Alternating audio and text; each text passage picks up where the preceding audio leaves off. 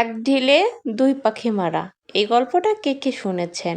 মাঝে মাঝে আমাকে যখন রান্না করতে ইচ্ছা করে না, এক কথায় ভীষণ পরিমাণ অলসতা লাগে, তখন আমি এই সবজিটা করে থাকি, যা খেতে অসম্ভব পরিমাণ ভালো হয়ে থাকে।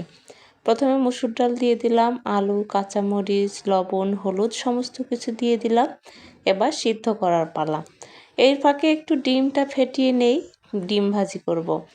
ডিমের সঙ্গে এই খাবারটা কে কে খেয়েছেন অবশ্যই কমেন্ট করে জানাবেন। আমার কাছে মনে হয় অত্যন্ত সহজ এবং চটজলদি রান্নার মধ্যে এই রান্নাটা।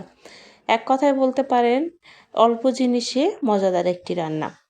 আমি এই খাবারটা আজই প্রথম করলাম, আগে কখনো করিনি।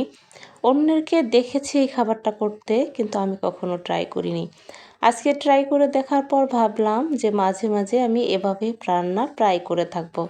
কারণ ওই যে এক ঢিলে দুই পাখি মারা হয়ে যাচ্ছে, সময়ও বেঁচে যাচ্ছে, মজাদার একটা রান্নাও হয়ে যাচ্ছে, যা খেতে অসম্ভব পরিমাণ মজার হয়ে থাকে। তো আজকের মতো টাটা, বাই বাই।